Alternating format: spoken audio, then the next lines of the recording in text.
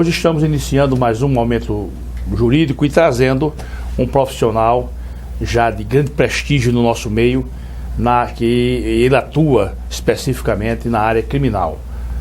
Ele é presidente de uma associação também forte, uma associação que já se impõe pelo seu sentido teleológico, né, pelo seu sentido finalístico. Estamos aqui com o nosso caríssimo Dr. Tiago Pinheiro, advogado, e com ele nós vamos conversar sobre diversos assuntos, sobre a associação e sobre a área criminal. Eu queria, Dr. Tiago, inicialmente te agradecer.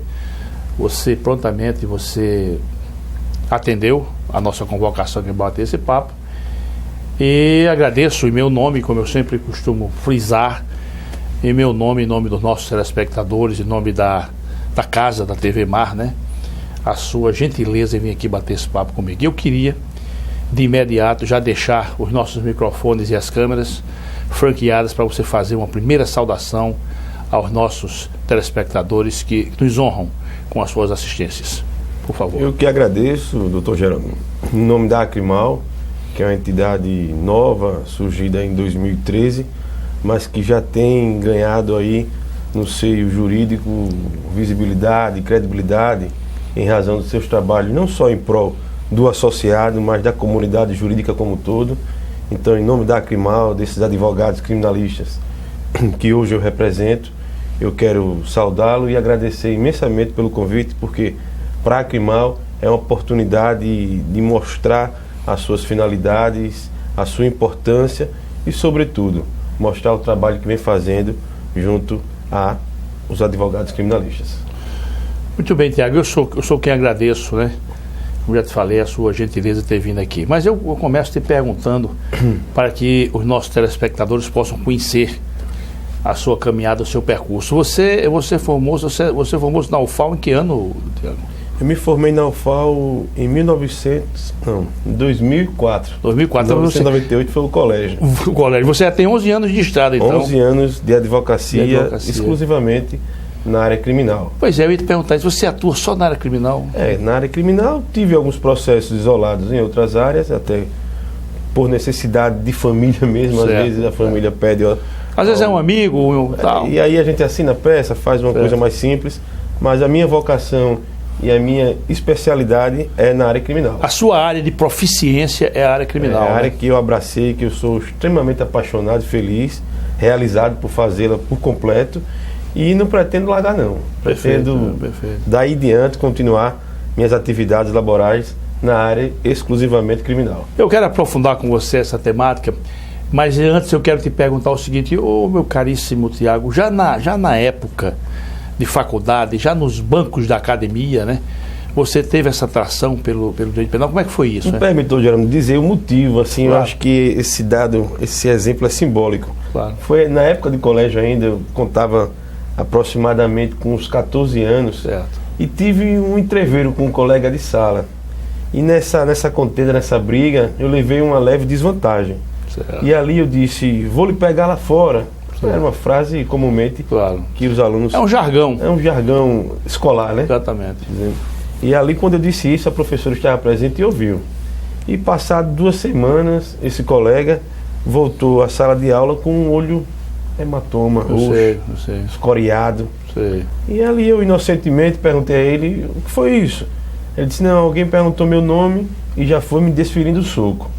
E ali eu fiquei apreensivo, eu digo, não, vai sobrar para mim, porque eu jurei, eu prometi a vingança. E logo depois ele aparece machucado. É um forte indício que a gente chama. É um forte indício para se comprovar essa culpabilidade. E eu não estava errado, doutor Geraldo. Deu 3 dias, sou chamado à direção, presto meus esclarecimentos iniciais ali, confirmo que realmente ameacei, disse que ia fazer, mas não fiz, e entreguei na mão do diretor o meu destino escolar, porque ali poderia ser uma suspensão, uma própria expulsão do aluno, né, para outro colégio. E você vir com a carga no outro colégio com o rótulo da expulsão, complica a sua vida escolar. E para minha sorte, doutor Geraldo, eu estava diante de um diretor de escola que aí, trazendo para o lado do judiciário, do juiz, da figura do juiz, era um diretor garantista, que ele não condenava, ou seja, por meros indícios, ainda que indícios fortes. E aí eu não sofri qualquer penalidade. E aquilo me marcou muito, doutor Gerando, porque ali poderia modificar o rumo da minha vida. Sem dúvida. E hoje no processo penal eu vejo que muitos casos, quando se deparam diante de um juiz com um perfil ou garantista ou mais linha dura, que se condena por indícios, essa trajetória na vida de um cidadão acusado de um processo criminal pode efetivamente se modificar. E na qualidade de defesa, de advogado criminalista, eu presto um papel colocando no lugar daquele cidadão acusado. Se há efetivamente provas robustas, o advogado não há de estar pedindo absolvição por pedir. Ele pede uma diminuição de pena. Mas não é raro os casos em que o réu efetivamente não praticou o delito que está sendo a ele. Eu quero aprofundar com você essa temática mais adiante, mas me diga uma coisa. Você atua hoje só na esfera criminal. É fácil, por exemplo, você não tem outra fonte de renda. Não. Você vive da advocacia. Eu acho isso nobre, viu? Eu acho isso nobre. Eu conheço alguns advogados que vivem só da advocacia. Eu acho isso nobre e que opera flagrantemente em seu favor. Quer dizer, você é um profissional que vive exclusivamente da sua advocacia, que hoje é um mercado bastante conturbado, que eu também quero conversar com você. Mas me diga uma coisa, é fácil advogar hoje na área criminal, Tiago? Quando se tem, doutor Gerando, quando eu digo fácil, me permita, quando eu digo fácil, em razão da própria atuação policial, em razão da própria imprensa, do próprio momento em que vivemos, é fácil hoje você emprestar, quer dizer, o seu talento, emprestar a sua caneta para defender um indivíduo que a imprensa está batendo nele e tal. Como é que funciona? Isso é fácil hoje, advogado? O mecanismo é um contra todos. É o defensor ali, junto com a figura do réu, contra a sociedade, contra a polícia, contra o Ministério Público, às vezes contra o juiz que faz papel de Ministério Público. Não é fácil. Advogar na área criminal é difícil por enfrentar não só o preconceito, mas a própria visão do culpado ainda na figura do réu, o que é um equívoco. Mas eu digo, quando se faz uma atividade por paixão, com amor, essas dificuldades vão perdendo peso, perdendo substância, e aí você vai vivenciando, nas vitórias vai ter aquele êxito que envaidece, na derrota a desolação, mas no fim de tudo, você fazer o que gosta, você escrever, fazer um recurso, ir para uma audiência, visitar um cliente, receber uma família no seu escritório, ela é compensadora. Agora, é óbvio que no momento atual de populismo penal, de inflação legislativa penal, a gente chama de elefantíase, há um inchaço hoje e se deposita no legislativo, através das leis penais, a solução de problemas que não são resolvidos pela lei penal, né? Pelo Código Penal. Não adianta você fazer um discurso populista, como plataforma política, muitas vezes, do medo, para enganar a população a dizer: vamos aumentar a pena tal, vamos endurecer o crime hediondo, como se isso fosse significar a redução da violência. E você Tiago, já pegando essa vertente sua de informação, você acha que o advogado hoje que atua na área criminal, como você e tantos outros, eles são olhados de certa forma de soslaio pela sociedade, com certa prevenção? Um olhar de esguilha, é o famoso olhar de banda, né? Um olhar de desconfiança. Mas, sinceramente, aqueles que se preocupam exclusivamente com a sua consciência, com o seu trabalho, pouco valor dará a esses olhares de esguilhas. Entretanto, é uma realidade que o advogado criminalista, antes mesmo de experimentar o primeiro caso, ele já sabe o que vai enfrentar. E se diante, não só de um olhar, mas de uma fala, de um comentário, inclusive dos membros da própria família, servir para desmotivar, aí ele não tem estrutura psicológica, emocional, para então desfilar, né, nas passarelas forenses, que é, por exemplo, o Tribunal do Júri. Certo. Me diga uma coisa, vamos só dar um norte para a nossa conversa aqui, para não perder o rumo que eu tracei anteriormente, que eu quero tratar com você sobre a entidade que você preside. Tiago, eu não sou contra, eu quero deixar bem claro, eu não sou contra o indivíduo ter uma formação superior. Acho que todo mundo deve se dar bem na vida. Essa é a concepção minha, digo isso com toda tranquilidade. Eu acho que todo mundo tem o direito de se dar bem na vida. Essa que é a expressão, de se dar bem, que eu digo honestamente, claro, decentemente. Como é que você vê para a atuação do profissional? E aí eu já te pergunto, tanto na esfera civil como na esfera penal, esse grande número de faculdades pelo Brasil afora.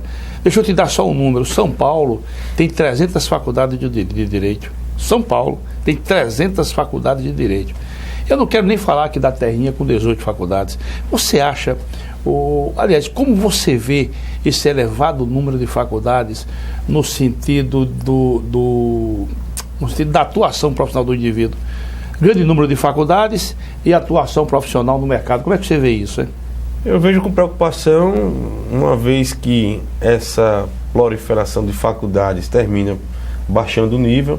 O vestibular hoje já não existe em algumas faculdades particulares, é apenas o contrato de matrícula e, por sua vez, vai formar profissionais que podem trazer algum prejuízo à própria coletividade, à própria comunidade. No âmbito da advocacia, por natural que gera uma competitividade muito mais acentuada, competitividade em razão do inchaço, não da qualificação desse inclusive profissional. Com aviltamento, né? E o honorário vai cair lá embaixo, dificultando a própria sobrevivência no mercado em relação aos advogados já estabelecidos. Mas mais que a preocupação com honorários, é a preocupação no serviço prestado por advogados formados em faculdades que não estão aptas a fornecer esse material com qualidade, esse produto com esmero. Mas devo dizer também, doutor Gerando, que a faculdade, eu me formei na UFAL com muito orgulho, a Universidade Federal de Alagoas, mas conheço vários profissionais de outras faculdades também com excelente gabarito. Entretanto, a conjuntura hoje, com esse imenso número de faculdades, me traz preocupação, porque não há um controle mais rígido, um filtro mais forte por parte de quem deveria controlar esse surgimento dessas faculdades. Isso é ruim, isso é ruim. Meu caro Tiago, eu tomei conhecimento há uns anos atrás. Você está dizendo agora que você tem conhecimento de faculdades onde não há vestibular? O vestibular é só um rótulo, é só uma fachada. Só uma fachada, né? Você ali preencheu o contrato, não precisa nem ficar ansioso para esperar a lista dos aprovados. Vai para casa já sabendo, comemorando com a mãe, com os pais. E eu tomei conhecimento. Raspa a cabeça e a mãe diz: se você merece, meu filho, você merece, você estudou. Eu sei. Tiago, só para a gente flexibilizar, quando eu estava na faculdade, houve um período em que eu fiz parte do diretório e era encarregado de fazer o famoso trote. Se existe ainda isso hoje. E no dado vestibular, eu nunca esqueço disso. Apareceu um senhor lá com um filho que tinha sido aprovado. Eu não conheço, não sei mais quem é esse garoto, e esse senhor também não sei mais quem é, mas o pai ficou tão feliz, tão alegre com a aprovação do filho, que ele raspou a cabeça também. E ao tempo que nós raspávamos a cabeça dele, a mãe dele dizia: ele não, que ele é o pai. Mas o cidadão ficou tão feliz. Pai inebriado, né? Ainda com a visão antiga do que de vestibular, ser realmente um local destinado a passar aqueles preparados. E aí ele, com a concepção ainda antiga, acreditou que o filho... Passamos a tesoura no menino e ele se apresentou também. Solidariedade. Foi, aí também passamos a tesoura ao tempo que a mãe gritava: ele não, ele é o pai, ele é o pai. Mas me diga uma coisa, Tiago, como é que se dá, para conhecimento dos nossos telespectadores, sua opinião, como é mais ou menos que ocorre a precificação diante de uma demanda na esfera criminal? A repercussão do crime influi? Influi, tanto para valorar, majorar os honorários fixados, propostos, como também para diminuir, doutor Gerando. Mas assim, eu classifico como a complexidade do caso, o valor, o alto valor que o profissional se atribui, o merecedor, e também a capacidade financeira daquela família, daquele contratante. Esse trinômio é a referência, a base para que o advogado daí possa propor um contrato de honorário condizente com o trabalho dele. Agora, um caso de repercussão para o criminalista, muitas vezes é importante, porque são nesses casos que a sociedade conhece, são nesses casos que o advogado criminalista é apresentado à comunidade. Então, esse caso que teve repercussão, por advogado criminalista, não é motivo suficiente para ele aumentar o valor. Ele até pode diminuir, porque para ele também não deixa de ser uma propaganda natural do seu trabalho a ser realizado. Tiago, eu sei que você tem patrocinado como assistente de acusação, já vi em alguns casos rumorosos, né? Eu vou aqui, não vou ser deselegante, tenho certeza, mas eu sei que você foi, nesse caso, você foi advogado daquele, era até um policial, pai daquela moça Eloá, né? Exatamente. Eloá, não é isso? Lá de São Paulo e tal. Eu atuei lá como assistente de acusação. Você foi a São Paulo, né? Fui a São Paulo, participei de julgamento. Qual foi o ano aquilo ali? 2012, fevereiro. Foram 5 dias intensos de julgamento. E eu pude ver uma coisa, doutor Gerando Mar, que a diferença do nível do Ministério Público de lá para o daqui do Nordeste, para o daqui de Alagoas, eu posso dizer, até afirmar, é inferior.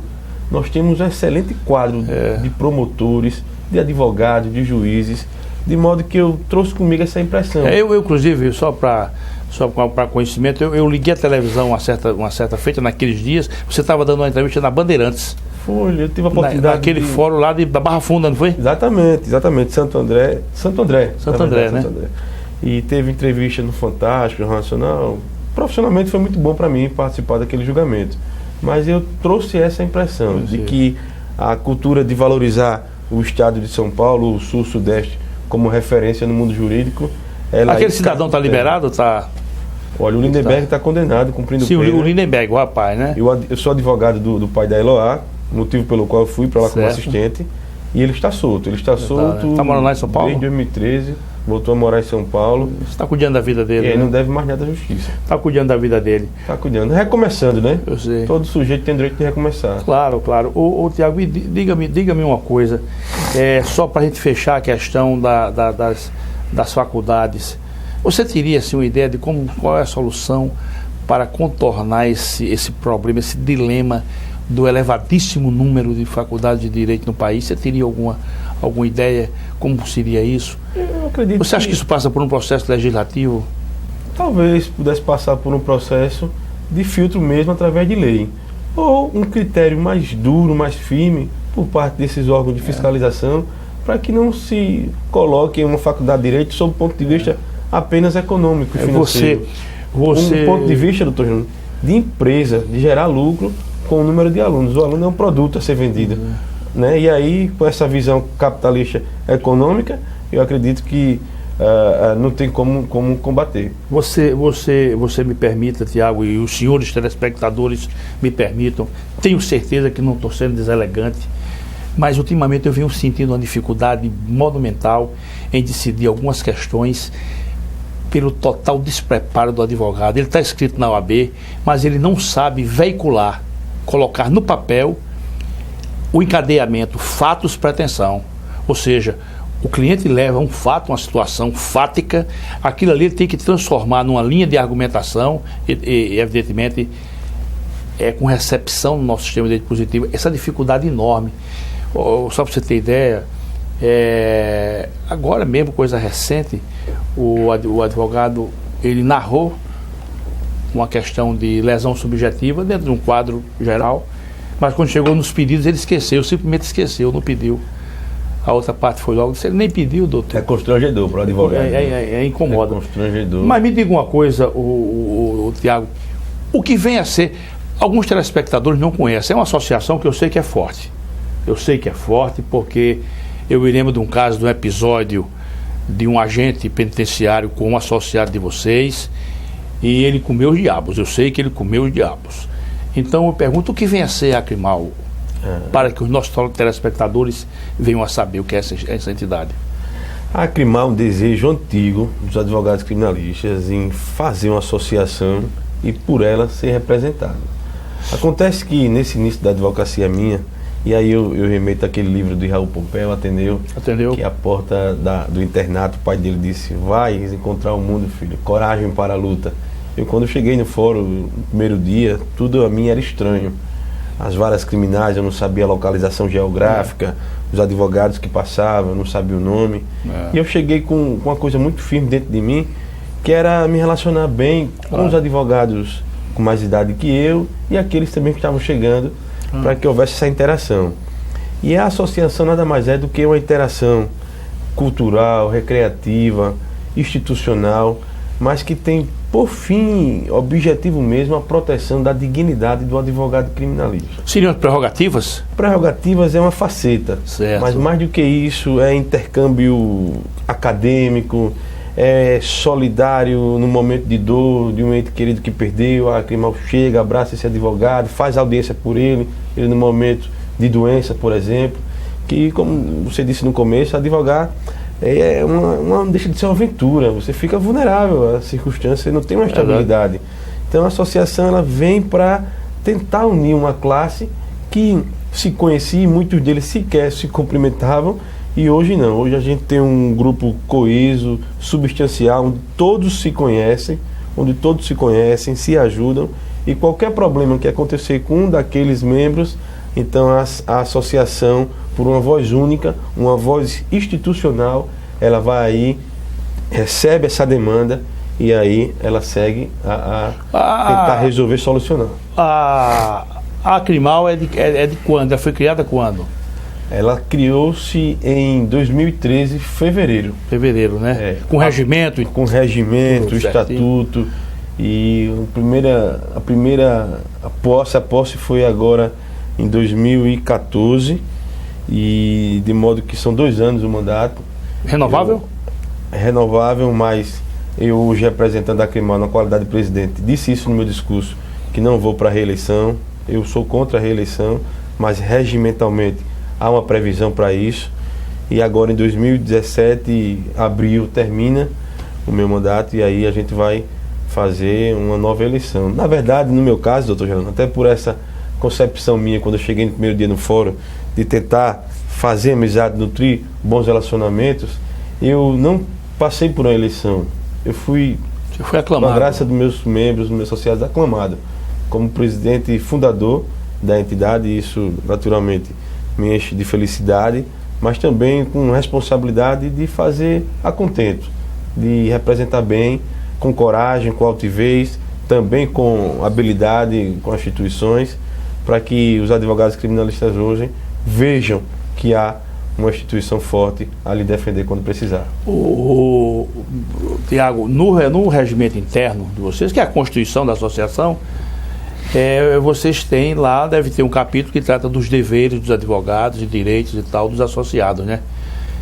Dos deveres dos associados, qual que você realça como assim de maior nobreza dos deveres dos associados de Acrimal? Preservar a dignidade do nome advocacia criminal. Ser um advogado ético, diligente, estudioso, técnico, e que ele não alame o nome da profissão, a especialidade do direito à advocacia criminal, porque se do outro lado nós enfrentamos toda a sorte de olhares de esguilha, com um advogado contribuindo para isso, toda uma classe ela então é enlamada. E de modo que esse dever de dignidade, de manter a dignidade da profissão que ele abraçou, que ele exerce, isso para mim é o maior dever daquele associado. Tiago, eu vou ser muito franco com você, eu acho que no atuar na esfera criminal o advogado fica muito vulnerável. Eu acho que eu sempre costumo distinguir o seguinte: o advogado civilista e o advogado criminalista. O advogado que atua na área criminal, o embate dele é muito mais contundente, deixa ele mais vulnerável. Antes da criação da nossa Acrimal, você percebia isso de forma grandiloquente? O advogado ficava... Havia afrontamento ao advogado? Havia... Na delegacia. Exatamente. Isso é um problema cultural histórico que não vai nunca acabar. É muita pretensão da Acrimal tentar pôr isso por debaixo de terra, mas devo dizer que diminuiu em virtude do nascimento da Acrimal. Mas a vulnerabilidade decorre do próprio exercício da profissão.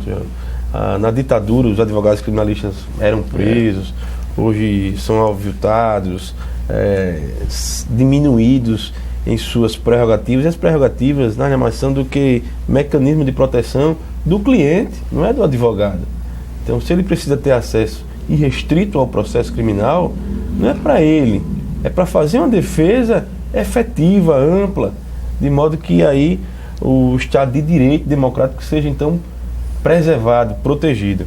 Mas essa dificuldade, esse grau de vulnerabilidade depende muito também da postura desse advogado. A postura, né? Ninguém vai chegar em delegacia gritando, determinando o delegado ou o policial civil com um categórico imperativo. Não, você tem que ter uma habilidade, uma educação, sobretudo, mas no seu exercício e naquelas garantias da sua profissão, você não pode arredar um pé.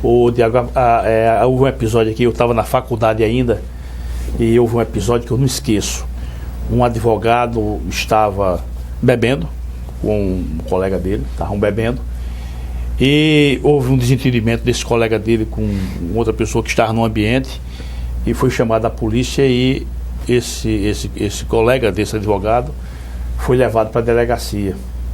O advogado, então, se alçou a condição de defensor daquele amigo. Repare bem, ele estava no ambiente do bar, já tinha tomado já umas cervejinhas e tal, e foi para lá. E lá ele se desentendeu com o delegado e terminou levando um tapa. Eu nunca esqueço disso.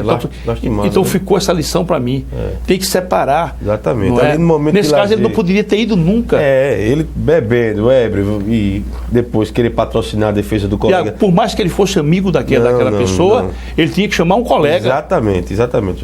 E muitas das confusões que teve recentemente do advogado com a polícia militar é decorrente disso.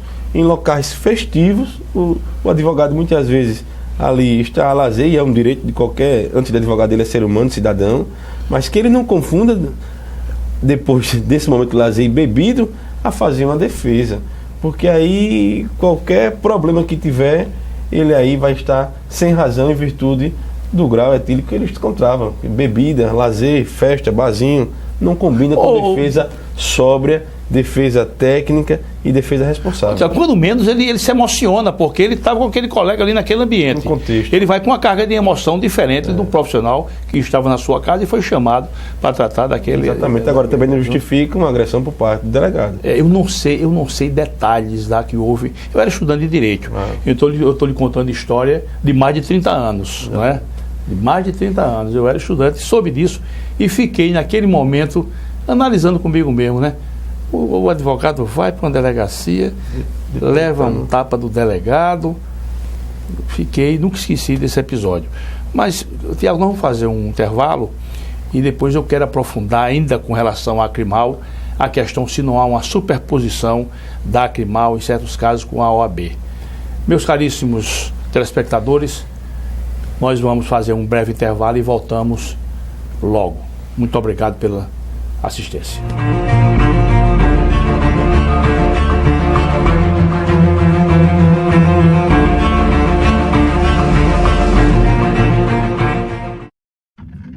A ACL Investimentos é uma empresa que trabalha com imóveis próprios. Quando precisar locar ou comprar um imóvel, procure a ACL Investimentos. Aqui só locamos e vendemos imóveis próprios. Por isso damos garantia de um investimento seguro. ACL Investimentos, Rua Durval Guimarães, Edifício Leonardo da Vinci, Ponta Verde. Fone 3327-3911. Alagoas Cursos, saiu o edital. INSS 950 vagas. Turma Resolução de Questões CESP UNB. Aulas nos finais de semana. Início 5 de março. E também PBC, Preparatório Básico para Concursos. Início 7 de março. Estude com quem entende de aprovação. Alagoas Cursos, preparando para vencer. Quando o assunto é o seu carro, além de escolher a marca líder, escolha também a concessionária que faz mais por você. Por isso, a Blumari oferece o melhor atendimento em serviços, peças e acessórios. E ainda tem as melhores negociações, sendo totalmente certificada pelos padrões Fiat de qualidade e líder de mercado em seu segmento. Fiat Blumari, a marca do seu carro. Avenida Gustavo Paiva, Mangabeiras. O filé do Zezé é a melhor opção. Temos um cardápio variado de churrasco e comida caseira. Churrasco de picanha preparados de um jeito todo especial. Zezé em Casa, 3313-4004. Antes de curtir o verão, passe no O Borrachão e aproveite estas ofertas. Caixa térmica Mor, 34 litros, apenas R$ 79,90 à vista. Churrasqueira elétrica Fischer, por R$ 109,90. Tenda 3x3, por apenas R$ 149,90 à vista. E que tal equipar o seu carro para o carnaval? Caixa de som 12 polegadas, R$ 740 em 12 vezes nos cartões. É verão e as ofertas estão aqui no O Borrachão. O Borrachão, o Nordeste compra aqui.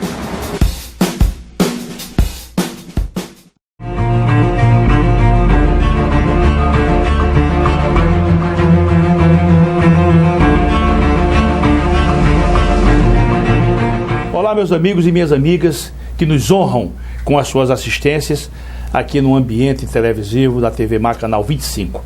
Eu agradeço e tenho andado por aí, tenho recebido muitas informações e até parabéns, congratulações pelo nosso programa, que começou de forma despretensiosa, apenas como uma sequência, num sentido informativo, então somente, e hoje já ganhou um certo prestígio no nosso meio social. Então, muito obrigado mais uma vez.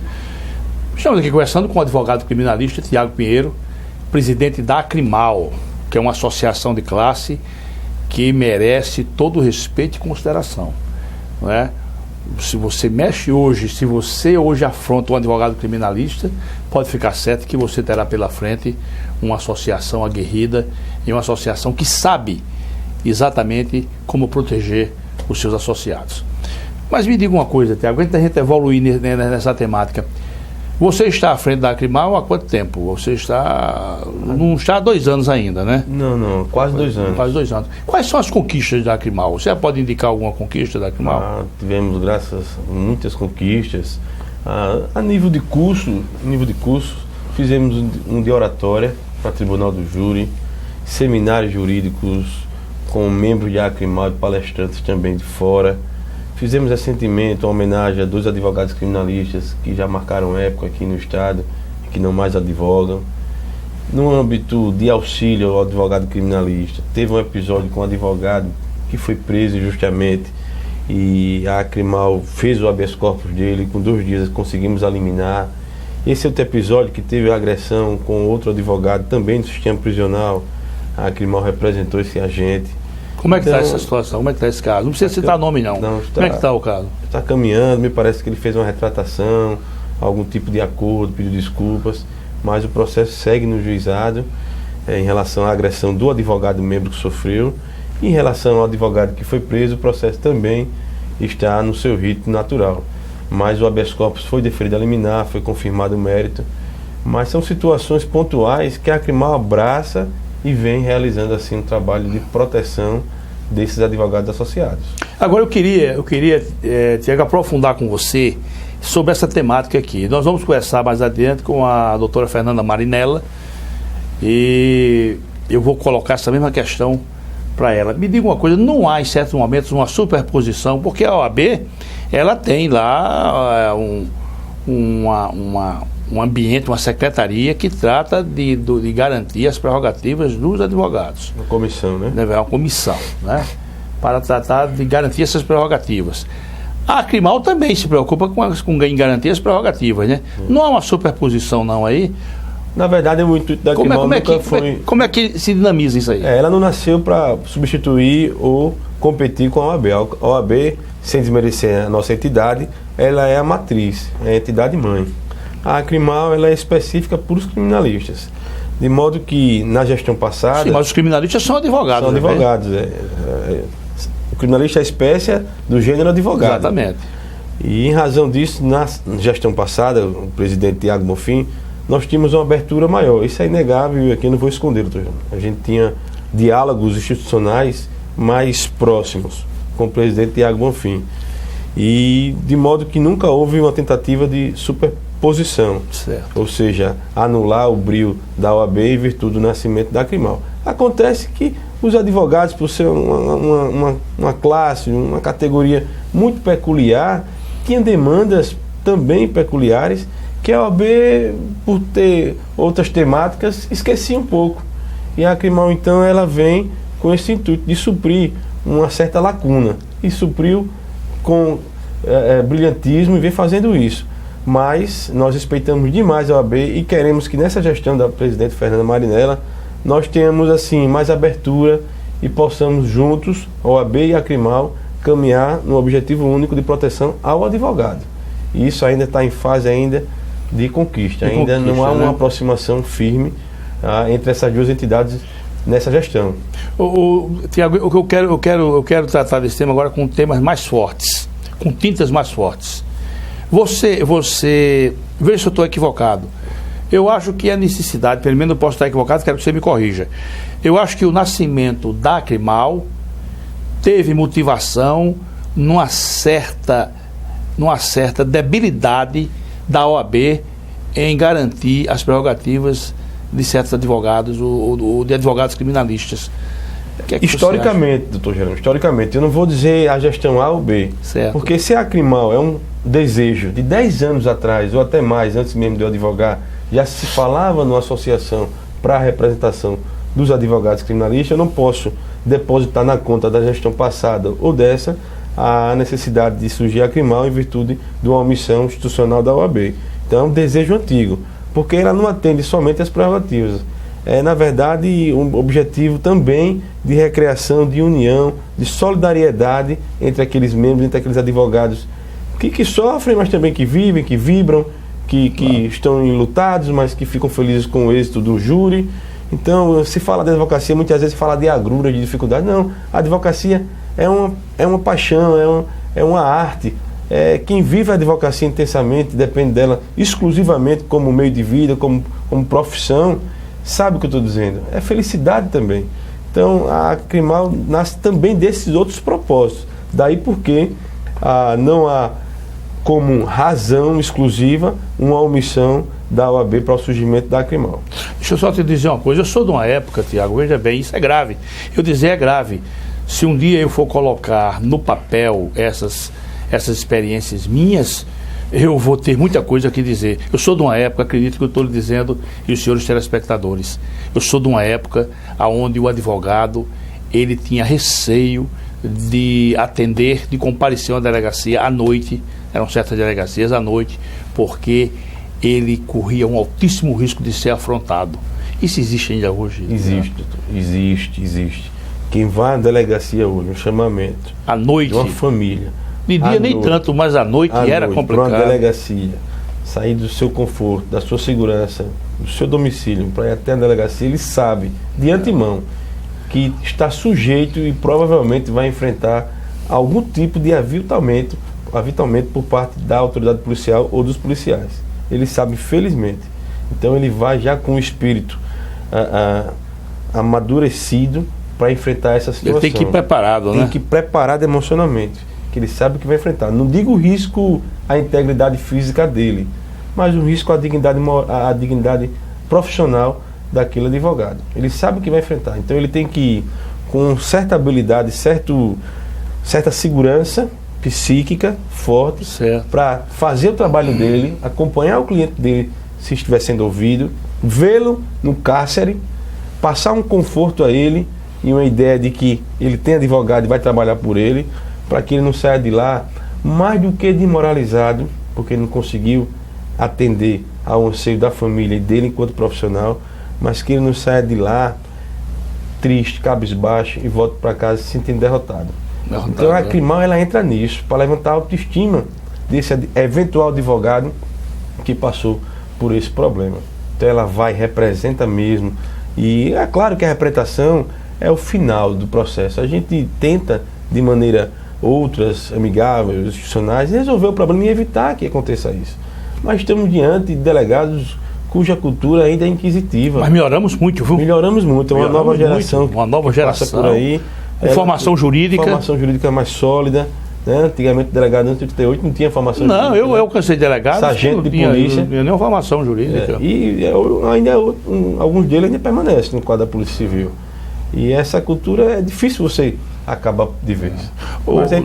Eu trabalhei aqui numa comarca onde eu recebi, logo que eu cheguei, recebi uma reclamação de que estava havendo o uso da palmatória. E eu então mandei chamar o delegado e disse, eu quero ver essas palmatórias aqui, eu não quero tomar conhecimento, aliás, eu quero elas aqui. E me chegaram as 2 ou 3 palmatórias, numa delas, só para a gente relaxar um pouco, eu olhei a palmatória, tinha uma coisa escrita na palmatória. Ela estava meio empoeirada, eu soprei, fui olhar, aí de um lado escreveram Menina Veneno. Do outro lado também escrito Mamãe Dolores, quer dizer, levavam na brincadeira, né? Dava nome à palmatória. Nesse sentido, existia também um pedaço de madeira, madeira forte, como é o nome? Ainda Saraduba, sim. Que tinha DH, Aí o cara, não, vou chamar os direitos humanos. Direitos humanos, né? Quer dizer, ainda levam na gozação. Havia também, só pra gente, se a possibilidade de acontecer isso hoje, havia o seguinte: o indivíduo era preso na Ponta Grossa. Aí transferiam, a família procurava, ele está preso na Ponta Grossa, doutor. Então, quando chegava lá, o cara, às vezes até o indivíduo estava ali no cárcere, ele foi transferido para... havia uma delegacia aqui próximo de Maceió, Maceió ainda ali, ali Saúde. Aí levavam para Saúde. Nem a família sabia, nem ninguém sabia, entendeu? E às vezes ainda usavam um outro expediente, que esse era horroroso. Por exemplo, o delegado prendia o indivíduo era encarcerado, mesmo sem estar em flagrante delito, era encarcerado. Quando o advogado se apresentava, que ia impetrar o habeas corpus, que chegava a informação, pedia informação, dizia está à disposição do secretário. Aí o prazo, né, de informação, tudo mudava, porque passava a ser de competência do tribunal. São experiências tão tristes porque eu advoguei na área criminal, então são experiências tão tristes que eu ainda hoje, né, já nessa fase, já no entardecer, né, da minha vida profissional, de quando em vez eu sou pego lá no meu escritório, lá no meu ambientezinho de trabalho, e lembro disso com uma certa tristeza. E outra coisa, as pessoas que fizeram isso, algumas estão por aqui ainda, e eu faço questão absoluta, estou dizendo isso aqui, e peço permissão aos meus telespectadores para dizer, eu faço questão absoluta de não ter nenhum contato com eles. Questão, nem em ambiente, nem qualquer lugar eu me afasto, eu não quero conhecer, porque são experiências negativas para o advogado. E se existem, ainda há espaço para isso hoje, Tiago? Eu vou colocar 2 pontos aí. Em relação à tortura em delegacia, não chega tanta notícia ao advogado. Mas o que acontece? Isso foi substituído pelo ciclo autofágico que hoje impera. E qual é? Quer se combater o crime contra o criminoso praticando outro crime. Então é um ciclo autodestrutivo e que não resolve. Então a tortura, ela foi transferida para as ruas sob o rótulo de troca de tiros. Mas não houve um recrudescimento pela parte da criminalidade, não? Não houve um recrudescimento? Por exemplo, eu vou usar uma expressão, você vai entender, e se eu for muito contundente na expressão, você me corrija. O delinquente também não se tornou mais violento, não? Mais suicida, né? Sim. É verdade também. Isso aí existe. E a polícia não tem que reagir? Reagir está dentro da legalidade. Uma legítima defesa, estrito cumprimento do dever legal. O que eu estou dizendo são as execuções paralelas à legalidade que existem. Os advogados sabem porque tomam conhecimento diariamente sobre isso, praticada sob o argumento de legítima defesa. Isso está sendo denunciado? Está sendo denunciado. Há vários casos relatados por famílias aos advogados. Eles estão levando aos órgãos de fiscalização, de corregedoria e inclusive o Ministério Público para processar e apurar. O que acontece? Troca de tiro. Por que não se faz perícia? Porque se para no local e vê se aquele que morreu, aqueles que morreram tinham um resquício de pólvora nas mãos. Como foi o contexto das trocas de munições, de balas? Recentemente foram mortos 2 jovens num bairro popular aqui e um pedreiro. Estou sabendo disso aí. E disseram que foi troca de tiros e os jovens eram doentes mentais, com idades inclusive de 10 anos. Eles possuíam biologicamente, salvo engano, 18, 19, e a idade mental dele era 10, 9. Aonde se existe troca de tiros aí? Tiago, aquilo ali não está afeto à atuação da Crimal. A Crimal não se envolve naquilo ali. Não, ela não adianta esse passo e vai cuidar disso. Não vai cuidar disso. Enquanto advogado. E como é que está direitos humanos nisso aí?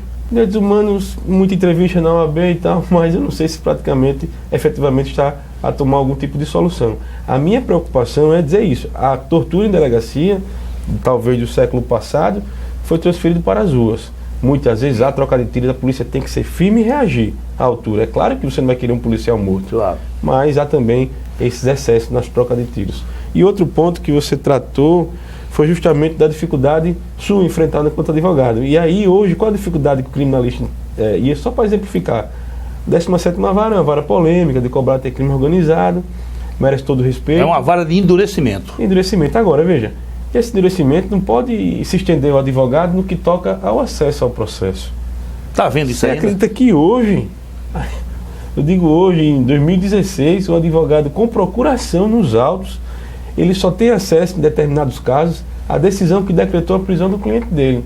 Ele não tem acesso ao depoimento que alimentou essa decisão.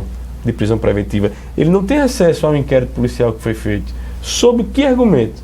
Que vai atrapalhar as investigações em andamento. Ou seja, não foram cumpridas todas as prisões. Isso afronta o princípio constitucional. Isso é de uma teratologia, de um absurdo, que mereceu um mandado de segurança criminal por parte da entidade.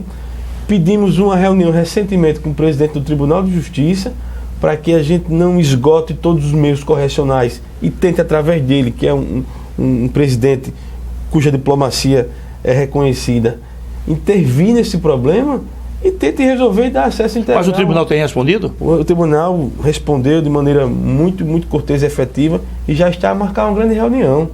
Porque essa história de dizer que o advogado tudo é representação, eu vou representar juiz A, juiz B, mas sim, vai resolver o problema? Ou só vai mostrar um pouquinho da força que você tem, quer expor? Né? Então a situação da Acrimar, ela tem que ter esse entendimento para resolver o problema. Agora, claro, se for necessário, a gente faz apresentações.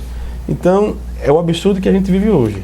A negativa de acesso integral aos autos, alguns, sob o argumento de que ainda está em andamento as diligências. Claro, aquelas em andamento, elas ficam em andamento para não prejudicar o sucesso das investigações. Mas o que foi materializado dentro do caderno processual, isso, sob hipótese alguma, deve ser negado ao advogado criminalista. Claro, eu tenho esse mesmo entendimento seu, se você quer saber. Agora, me diga uma coisa. Você não acha que, deixa eu colocar isso com muito cuidado, você não acha que a imprensa especializada, ela eventualmente ela contribui de forma omissa, não, para que o deslinde de uma tipicidade delitiva demore? Você não acha, por exemplo, porque a imprensa, através dos seus jornalistas especializados, tem às vezes mais elementos de que a própria polícia judiciária. Você não acha? Ou então, às vezes, negligencia, ou aconteceu um fato e depois ninguém trata mais desse assunto, cai naquele esquecimento geral. Você não acha que a imprensa poderia dar uma contribuição maior, não, no combate à criminalidade? Exatamente. A imprensa tem bons investigadores, que trabalham até mais motivados do que a própria polícia judiciária.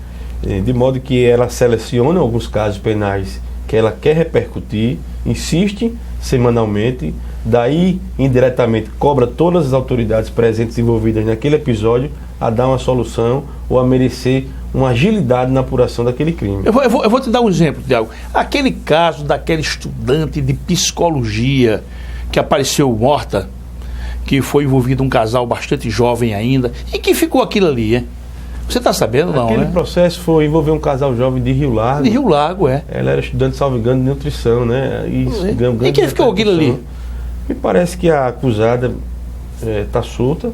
O processo não foi julgado ainda. O esposo dela? O esposo dela me parece que foi impronunciado, ou seja, foi excluído do processo e ela está aguardando julgamento. Essa acusada do crime. Você não vê, eu não vi a imprensa publicar nada nesse sentido, parou. Vem outra demanda mais interessante mediaticamente, que é economicamente, e ela então parte para outra demanda. Pois essa coisa aí que a gente precisa. Eu acho que a Acrimar precisa ter uma interação também muito próxima com a imprensa, o meio de comunicação. Mas, Tiago, veja bem, como você vê hoje, eu estou te perguntando isso com muita tranquilidade, com muita franqueza, porque eu sou uma pessoa profundamente envolvida com a minha profissão. Sabe? Eu tenho um profundo envolvimento com a minha profissão. Eu fui advogado e depois ingressei na magistratura e tenho um envolvimento profundo. Como você vê hoje o nível da magistratura do nosso Estado? Como é que você vê hoje? Temos bons juízes? É uma magistratura de ponta no nosso país? O juiz, para ser respeitado, na minha visão, ele precisa ser respeitável.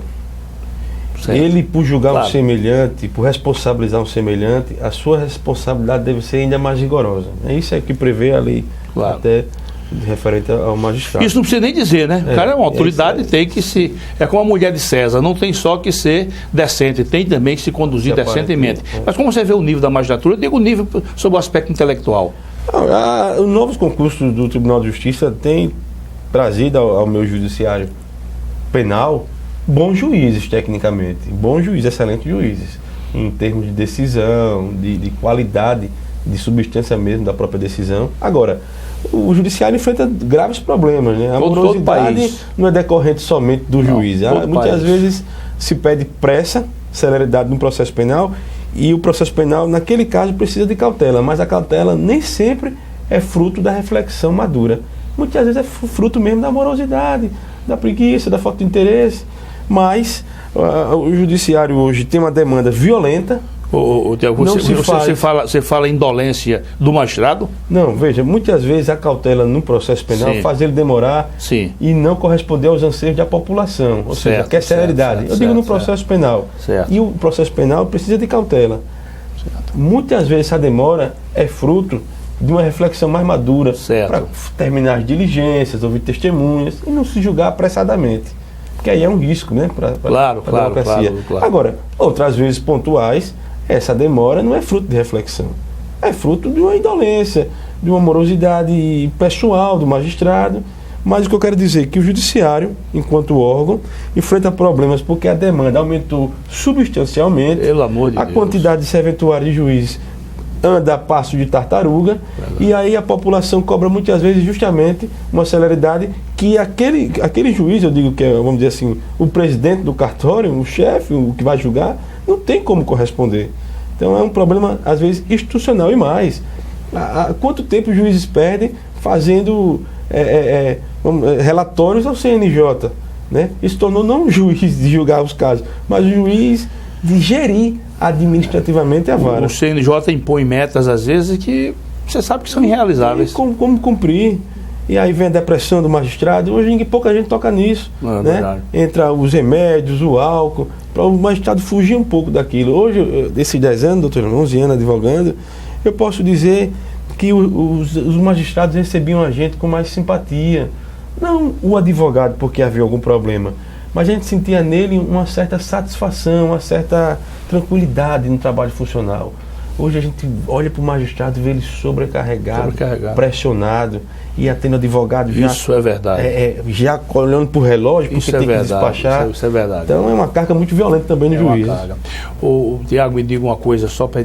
Já estamos nos encaminhando para o final do nosso programa, mas aí, como eu perguntei dos magistrados, eu pergunto, como é que você vê hoje a atuação da nossa polícia judiciária?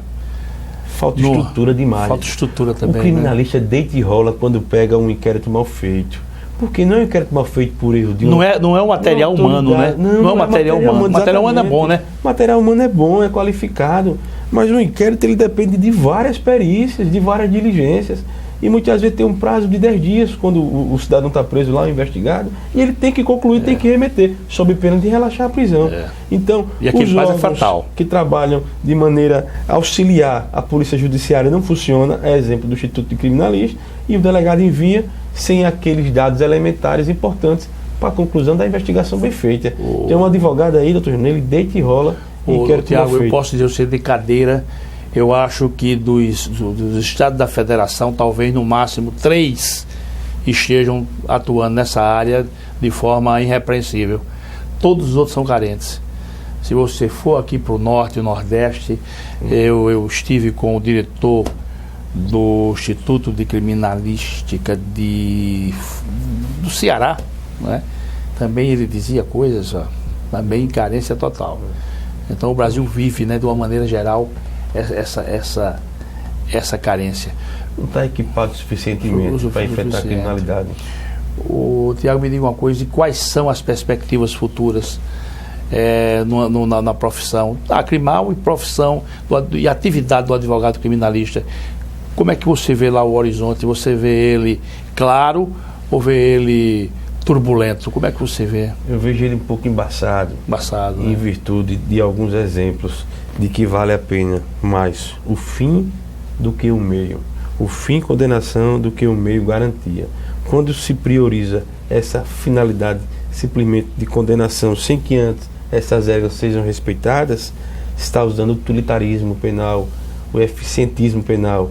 O que vale é julgar ligeiro rapidamente, ainda que sob violações de graves normas constitucionais. Então, a minha preocupação é essa, que a gente mantenha a serenidade enquanto partícipes desse grande mundo que é o mundo jurídico penal, olhares vigilantes sobre a nossa Constituição, para que os delitos sejam sim apurados, sejam processados, condenados, culpados e cumprindo pena, mas que antes de tudo se respeite aquilo que a gente jurou quando foi advogado, que é a nossa Constituição.